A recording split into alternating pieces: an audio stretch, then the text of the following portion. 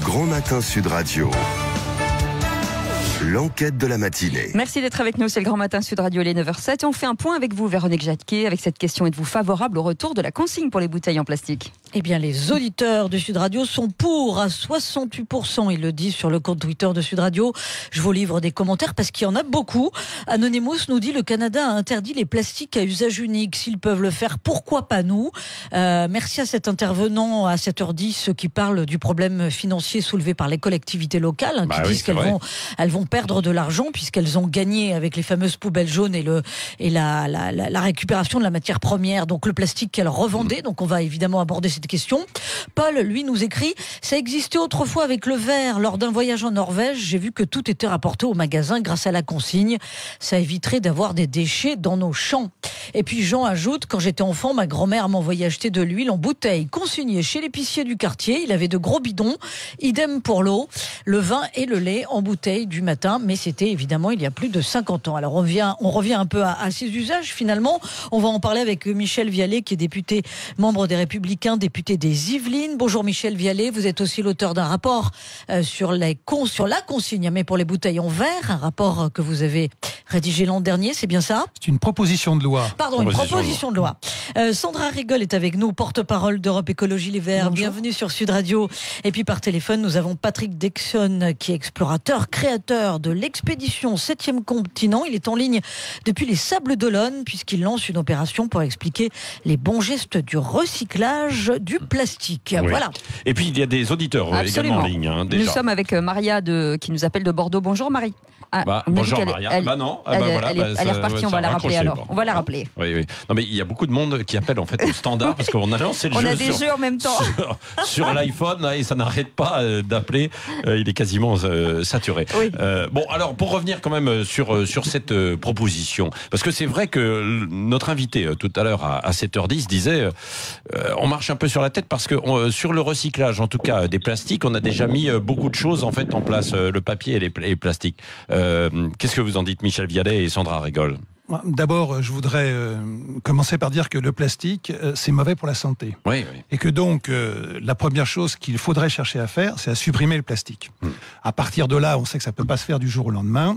Il est important qu'on puisse vérifier, ou en tout cas mettre en place un certain nombre de systèmes qui fassent qu'on ne retrouve pas le plastique dans la nature, que les déchets ne soient pas à venir polluer jusqu'à la chaîne alimentaire. Oui, bien sûr. Pour ça, le système de la consigne, sur le fond, c'est-à-dire l'apport volontaire avec une contre-valeur, c'est quelque chose qui est du bon sens. C'est du bon sens. Ça existait en France il y a quelques décennies. Ça existe encore de façon importante dans les pays nordiques, chez nos voisins, et ça marche. Donc je pense que revenir à ce système, qui est d'ailleurs le contenu une partie du contenu de ce que j'ai... Mais revenir à ce système avec du verre ou avec du plastique ? Alors je vous parlais du système pour vous dire comment est-ce qu'il était bon. Revenir au verre, c'est mieux. Oui. C'est mieux de mon point de vue parce que l'on puisse collecter le plastique, c'est une première chose. Qu'est-ce qu'on en fait après ? Majoritairement en France, on l'enfouit ou on l'incinère. Ce qui serait plus intelligent, c'est de pouvoir le recycler, mais on sait que le recyclage a ses limites. Il a ses limites et en tout cas la mission d'information que je conduis sur les perturbateurs endocriniens en ce moment à l'Assemblée nationale montre que tous les interlocuteurs de différents milieux que je rencontre montrent leur grande inquiétude vis-à-vis de ce que je qualifie de fléau. Oui. C'est pour cela que je suis très favorable à ce que l'on revienne au verre, et notamment pour tout ce que sont les contenants alimentaires. Oui. Sandra Rigol avant Patrick Dexon. Oui, alors c'est vraiment amusant, si c'est pas pour pas dire cynique, c'est qu'en politique, dans le système économique, en fait, à chaque fois, on réinvente le fil à couper le beurre. La consigne, en fait, on avait tous les systèmes, on avait toutes les infrastructures, on avait tout ce qu'il fallait, et ça coûtait rien du tout. Mais dans les années 60-70, les industriels ont réalisé que ça leur coûtait vachement moins cher, en fait, de produire des bouteilles en plastique en grande quantité, et que les seuls qui payaient l'addition, au final, c'était nous, parce qu'après, il fallait retraiter tout ça en matière de déchets. Et aujourd'hui, on réinvente le fil à couper le beurre inverse. Bon, avec quand même certaines marques qui remettent des liquides à l'intérieur de contenants en plastique alors que c'était en papier jusqu'à présent. Et on est en train de se dire non, mais c'est peut-être un peu trop compliqué. Donc le gouvernement, au lieu de réinstaurer des consignes sur le verre, il réinstaure une espèce de, je sais pas comment l'appeler, une espèce de taxation, d'incitation à recycler le plastique. Si le projet va jusqu'au bout, mais a priori c'est bien parti pour, Michel Vialet, non ? Il y aura une taxe sur les bouteilles, non ? Attendez, moi D'abord, comme vous l'avez noté tout à l'heure, je suis député des Républicains, donc les propositions que je fais passent dans le cadre de niche parlementaire, c'est-à-dire c'est un petit peu plus réduit, c'est moins facile. Mais il y a des propositions que j'ai pu faire. J'ai écouté Édouard Philippe avec attention, bien sûr, mercredi dernier. Donc quand il dit qu'il veut bannir le plastique des administrations publiques, je me suis dit que j'étais particulièrement content, puisque c'est le sens de l'amendement que j'ai déposé il y a plus d'un an, qui avait été refusé à l'époque. Donc évidemment, ça fait plaisir de se dire... Les mentalités, c'est surtout ça qu'il faut entendre. La conscience collective évolue, y compris au niveau du gouvernement. Sur les consignes pour les bouteilles plastiques, ça va aller jusqu'au bout ou pas? Ça va vraiment se faire? Là, le gouvernement a quand même reçu un petit message un petit peu clair le 26 mai. Et s'est dit que peut-être qu'il fallait mais alors avoir pourquoi des il en parle encore? Pourquoi il en parle encore, Édouard Philippe? Tout simplement parce que Brune Poirson a lancé sa fiche sur... l'économie circulaire, il y a de ça déjà quelques mois.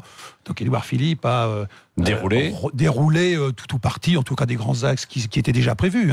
Rien de neuf sous le soleil, si je puis dire. Oui, mais sauf que on le fait quand même dans un discours de politique générale, c'est pas rien, pour l'acte 2 du quinquennat. Et c'est cohérent. Oui, c'est cohérent. Oui. Parce qu'en fait, ce sont des millions en termes de monnaie sonnante et trébuchante, mais c'est aussi des millions d'emplois potentiels. Parce qu'en fait, la vraie consigne, celle avec du verre, celle où on a des matériaux qu'on récupère ad vitam aeternam, et celle-ci, elle crée de l'emploi, là où le plastique, lui, il en détruit. Donc oui, c'est un véritable élément d'un discours de politique générale de Premier ministre. Et vous disiez qu'on le récupère, qu'on le recycle, mais je pense qu'on peut, et c'est le sens de ma proposition, c'est qu'on le réutilise. Ce qui est encore mieux que de reprendre du verre cassé, broyer, chauffer à 1500 degrés pour pouvoir faire de nouvelles bouteilles. Mais sur le recyclage du plastique, on a un auditeur qui nous dit c'est une fausse bonne solution cette consigne avec les bouteilles en plastique. On va en profiter pour augmenter le prix des produits et dans quelques années on va se rendre compte que les bouteilles ne sont pas forcément bien recyclées. Il y a une interrogation là-dessus, non Sandra Rigol? Ah oui, il y a de grosses interrogations, mais c'est ce que disait Monsieur Vallée tout à l'heure, c'est-à-dire que le plastique, il ne faut pas en recycler plus, il faut en produire moins, ce qui n'est pas du tout la même chose. Oui, parce que là, en France, il y a 16 milliards de bouteilles en plastique chaque année. C'est énorme. On est très très mauvais sur le recyclage, on est très très mauvais sur la limitation de la production, mais par contre, on est très très très bon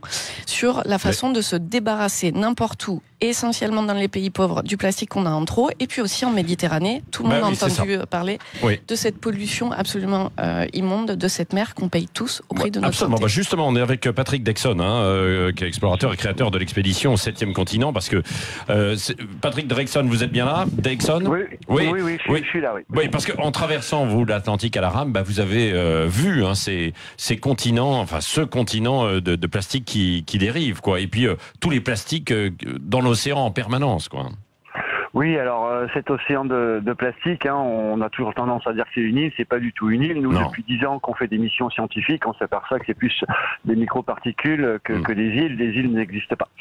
Après, en ce qui concerne bien sûr le recyclage, moi ça me met un peu en colère quand on dit que le recyclage ne sert à rien. C'est des outils qu'on a à disposition à ce jour. Il faut pas qu'on regarde dans le rétroviseur, il faut qu'on avance, il faut utiliser ces outils. Et après, bien sûr, c'est au consommateur à imposer son mode de consommation aux industriels de manière à réduire considérablement notre impact plastique. Oui.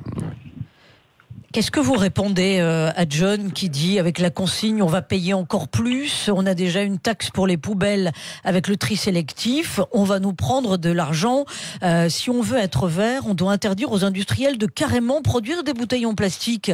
Patrick Dexon, est-ce que les mesures proposées par le Premier ministre vous satisfont complètement ou est-ce il n'aurait pas fallu aller carrément plus loin, vous qui voyez les ravages du plastique dans la mer?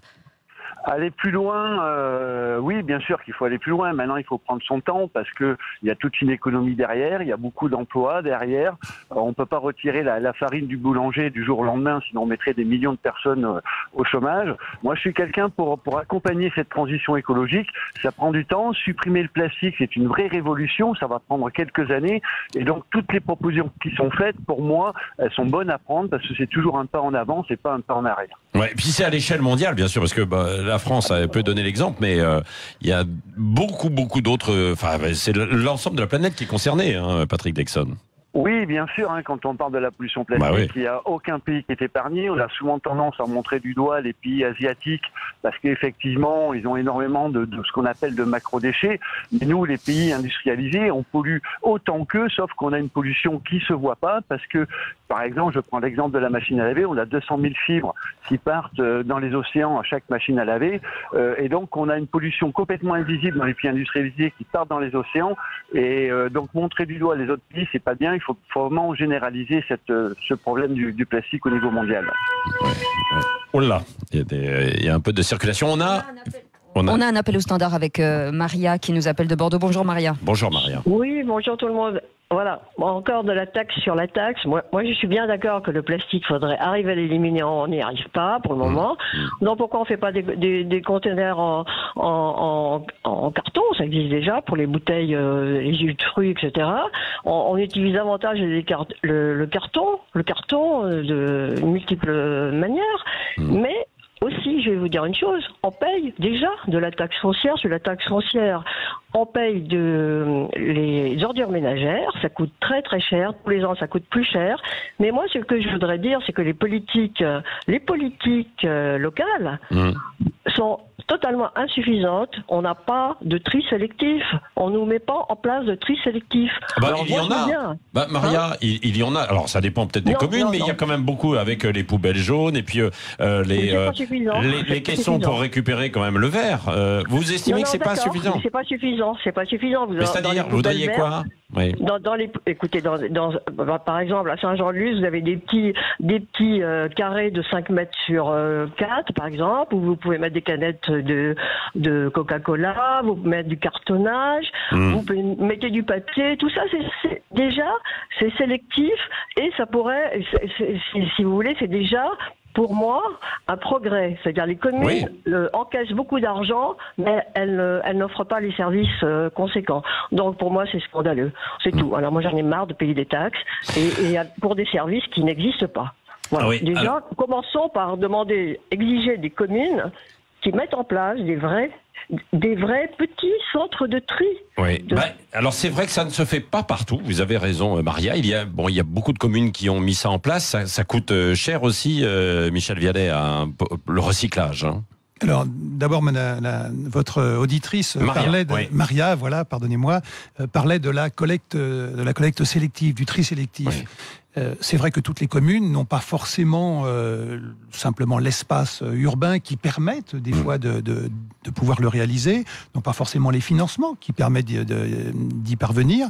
Et puis, je veux quand même dire à cette auditrice que dans la quasi-totalité des communes de France, la taxe des ordures ménagères, d'enlèvement des ordures ménagères est importante, mais de toute façon, les budgets des collectivités sont structurellement déficitaires sur la collecte des déchets. Ouais. Et ça veut dire profondément que ce qu'il faut faire, c'est changer notre culture de gestion des déchets. Actuellement, chacun veut sa poubelle chez soi, en bas de chez soi, et simplement la sortir. Mais qu'est-ce qu'il faudrait faire alors? Je pense que l'avenir est à un plus grand développement des points où on va déposer. Voilà. Ouais. Il faudrait qu'il y ait un plus grand développement des points d'apport volontaires, ce qui permettrait de réduire les frais de structure de façon considérable et donc à profit de ce qui est une plus grande possibilité de tri et une meilleure gestion des déchets. Oui.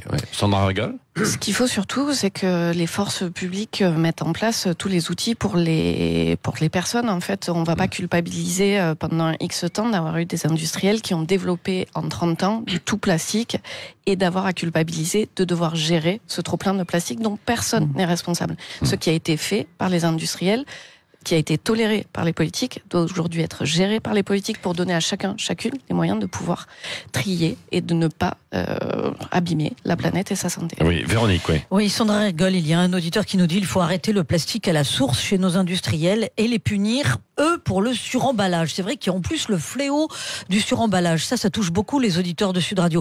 Mais est-ce qu'il y a déjà des sanctions financières qui sont prises contre les industriels avec cette surproduction de plastique?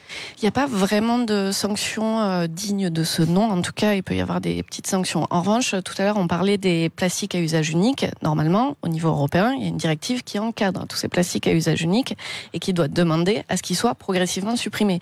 Alors la France a commencé à appliquer ce que l'Europe lui a dit notamment sur les pailles et sachets plastiques, mais c'est très progressif encore. En fait, vous savez, tous les outils sont à disposition à l'échelle de toute l'Union européenne. Ce qui manque, c'est de la volonté politique pour le mettre en place. Alors après, il y a effectivement... comme le disait Maria, puis notre intervenant au téléphone, il y a tout un secteur à accompagner pour faire en sorte que ça ne prive pas d'emploi une partie des personnes en France pour en donner à d'autres. Mais ça, c'est pareil, c'est un accompagnement qu'on sait faire, qu'on a fait dans d'autres pays.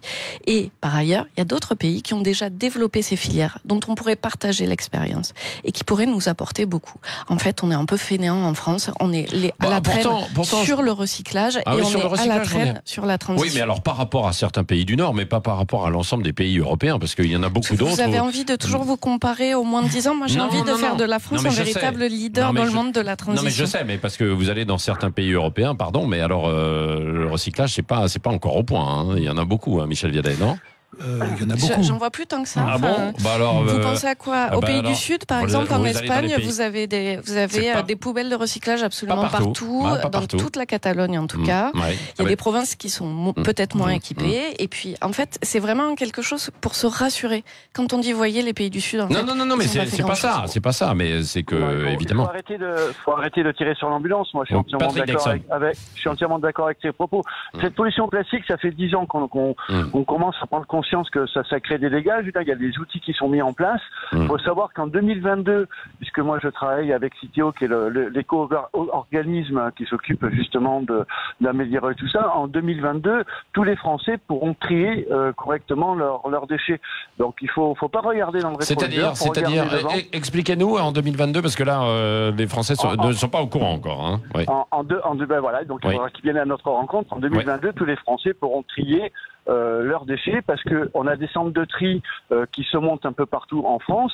Un centre de tri, ça prend du temps au niveau politique, hein, parce qu'il faut avoir le terrain, il faut avoir pour monter l'usine, etc. Donc tout ça, c'est en train de se mettre en place. Et en 2022, c'est les propos de Citeo, hein, que tous les Français pourront trier 100% de leurs déchets. Alors mais ils pourront. Alors pour poursuivre avec ce que disait Michel Vialet, faut quand même être un peu clair. Est-ce qu'ils pourront trier, mais ils seront obligés d'aller mettre dans des containers de quartier, ou est-ce que ça va être les poubelles chez eux avec un ramassage et est-ce que les produits qui ont parce que ça coûte cher, ce que disait en fait Michel Vialet à l'instant. Est-ce que les produits qui ont été récupérés seront véritablement traités chez nous, en France, ou est-ce qu'ils seront encore une fois expatriés loin de chez nous, dans des pays plus pauvres, où on pourra les mettre tranquillement sous le tapis, comme ça arrive à le cas. Non, les déchets seront triés en France, puisque il y a une économie derrière ces déchets, donc ça va créer des emplois, donc il n'y a pas de souci. Je veux dire, les déchets qui sont expatriés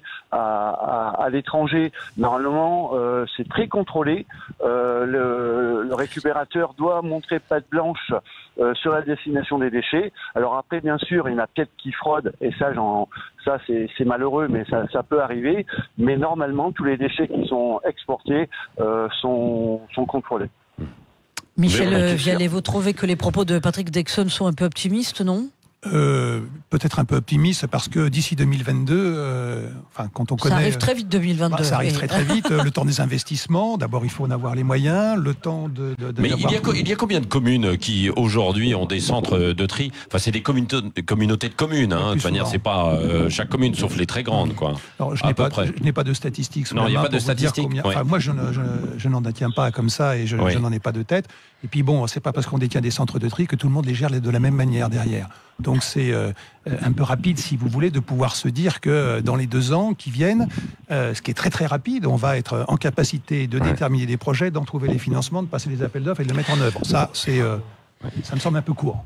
Question d'un auditeur, Sébastien, qui vous demande, Michel Vialet, le tri sélectif, alors le recyclage que nous payons tous, à quoi cela sert-il ? Puisque certains se disent on va devoir payer une consigne de 20 à 25 centimes sur chaque bouteille en plastique, mais on paye déjà des impôts pour assurer un tri sélectif. Alors, est-ce qu'on ne peut pas l'optimiser, ce tri sélectif, plutôt que d'en arriver à la consigne pour les bouteilles en plastique ? Deux remarques peut-être. D'abord, on dit qu'on a le tri sélectif, ça ne veut pas dire que tout le monde utilise et fait le bon geste. Oui. Donc, je crois que c'est un Français sur 2 d'ailleurs. Et on est très en retard par rapport à d'autres pays. Voilà. La deuxième chose, c'est que le système de la consigne, à la base, c'est pas une taxe supplémentaire. c'est un montant que on récupère l'argent et qu'on le récupère lorsqu'on le ramène son déchet. Je pense que c'est un geste sain qui fait que plutôt qu'il puisse y avoir des cohortes de camions qui passent pour venir rechercher les choses chez soi, eh bien quand on les ramène sur le lieu où on a acheté et on va acheter la suivante. Donc c'est un système qui est à la base est sain et est assez logique. Oui. Et puis je veux juste revenir sur un point qui a été dit par un auditeur ou une auditrice, je ne sais plus, juste avant, parlant de sanctions. Il faut quand même se dire que... Oui, on paye. Oui, mais il y a 30 ans, le plastique était absolument pas considéré comme un problème parce qu'on n'envoyait pas les déchets et on n'en mesurait pas les effets sur la santé. Voilà. Et en fait, ça coûte beaucoup moins cher, si ça peut rassurer vos auditeurs, au final, dans leur poche, de traiter le plastique à la source ou de le recycler, plutôt que d'avoir à payer. Vous savez, ça nous coûte 100 milliards par an de traiter les conséquences de la pollution, que ce soit en termes de santé ou en termes de déchets dans l'espace public. Quelles que soient les conséquences. 100 milliards, c'est ce que chacune, autour de cette table, dans vos auditeurs, paye chaque année. Et ce coût va grandissant. C'est le Sénat qui l'a quantifié. C'est pas vraiment des Khmer verts, c'est pas des gens qui sont des acharnés sur l'écologie. Donc vous pouvez croire que 100 milliards, c'est le minimum qui nous coûte. On va conclure, oui. Juste un mot, je pense que la bonne chose à faire, c'est justement vérifier comment se constitue au jour d'aujourd'hui la chaîne de valeur. Parce que le problème, il est là. Il y a forcément des déplacements qui vont se faire avec des industries qui peut-être, si elles ne produisent pas autant de plastique. Et donc, il appartient à la puissance publique de venir accompagner ces mutations, que ce soit pour transformer une industrie, accompagner les personnels en termes de formation, parce que la crainte, elle est surtout là. On essaie de jouer le court terme contre le moyen terme, mais il faut un accompagnement public. Seule la puissance publique peut le faire. On conclut, Véronique. Oui, pour conclure, Pamela dit bonjour Sud Radio. Pour moi, il faut supprimer le plastique et revenir au verre consigné. J'ai 64 ans et j'ai connu cela. On s'en accommodait parfaitement. Et ça, c'est vrai que c'est un discours qui revient. Voilà.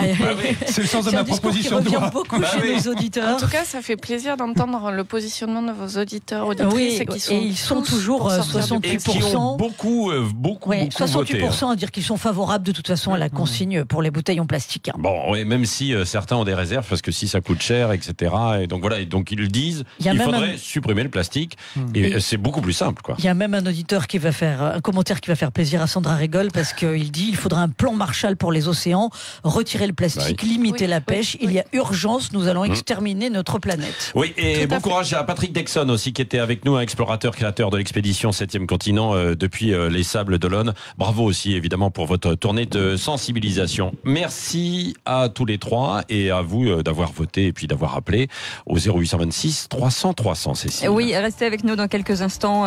Nous parlons de cette discrimination envers les femmes de 50 ans. Voilà, donc il y a une association qui s'est montée et un défilé avec des personnalités. On en parle dans un instant. Restez avec nous. Les 9h29. Vous avez encore beaucoup de temps avant d'y aller. Hein. Oui, pas tant que ça, Patrick. Je vous ai menti sur mon âge. Ah bon? Non, je n'ai pas vraiment 22 ans. Ah, d'accord. Hors taxe. Restez avec nous. 5h-10h, le Grand Matin Sud Radio. Alors, j'ai exactement ce qu'il vous faut. Ce Tiguan, spacieux, très polyvalent,